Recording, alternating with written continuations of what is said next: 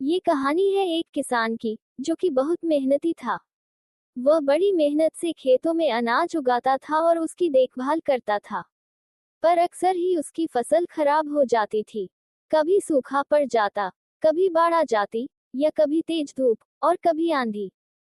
कोई ना कोई वजह। मुझे ऐसा लगता है कि आपको कुछ भी नहीं पता। उद्धरण चिन्ह।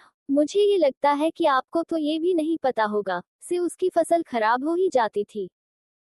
एक दोनों किस पेड़ के नीचे बैठकर अपनी बर्बाद हुई फसल को देख रहा था, और तभी वह गुस्से में आसमान की तरफ देखकर भगवान से कहता है कि मालिक, आपको सब बहुत महान मानते हैं और सबसे ज्यादा ज्ञानी मानते हैं। कहते हैं कि आप सब जानते हैं, लेकिन की फसल कैसे होती है? अगर आप ये जानते होते, तो हर समय जो बाढ़, आंधी और तूफान आते हैं, वह कभी नहीं आती। आप नहीं जानते कि कितना नुकसान उठाना पड़ता है हम किसानों को। अगर मेरे हाथ में शक्ति होती कि जैसा मैं चाहूं वैसा मौसम हो जाए, तो फिर आप देखना मैं फसल को कितने अच्छे तरीके से उगाता हूं।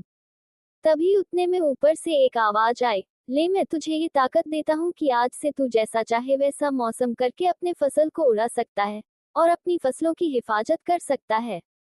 उद्धरण चिन्ह। एक दो दिन गुजारने के बाद किसने फिर से अपने खेत में गेहूं की फसल उगाए। अब किसान के पास तो शक्ति थी, वह जैसा चाहे वैसा मौसम कर सकता था। तो किसान ने आंधी, तूफान और बाढ़, कुछ भी उसने अपने खेतों पर आने नहीं दिया। किसान ने अपनी फसलों को बर्बाद होने से बचाया, और उस साल उस किसान के खेत में ऐसी फसल हुई जो पहले कभी नहीं हुई थी।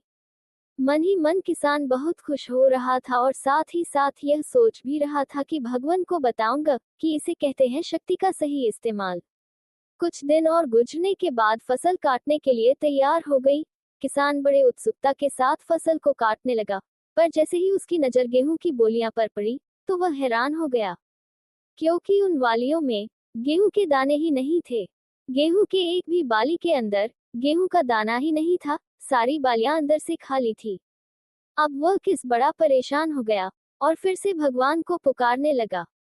वह जोर जोर से चिल्लाकर यह कह रहा था, भगवान, शायद तूने मुझे कोई सजा दी है। तभी ऊपर से आवाज आई कि मैंने तुम्हें कोई सजा नहीं दिया है, बल्कि इसकी जिम्मेदार तो तुम खुद हो। तुमने अपने पौधों को संघर्ष करने का मौका ही नहीं दिया।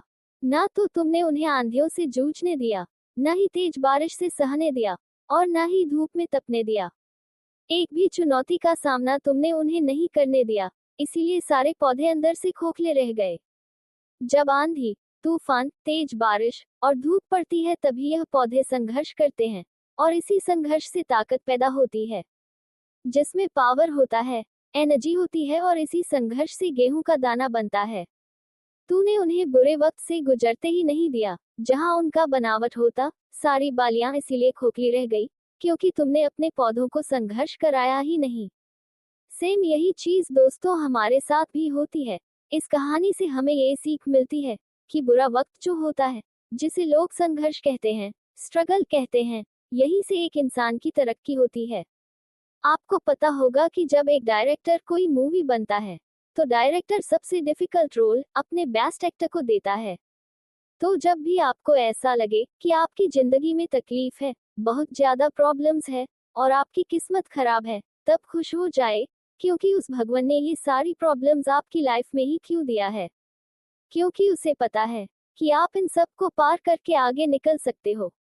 और जरा सोच कर तो देखिए कि अगर आपकी जिंदगी में कोई प्रॉब्लम ही ना हो, कोई संघर्ष ही ना हो, तब जिंदगी जीने में मजा ही नहीं आता है।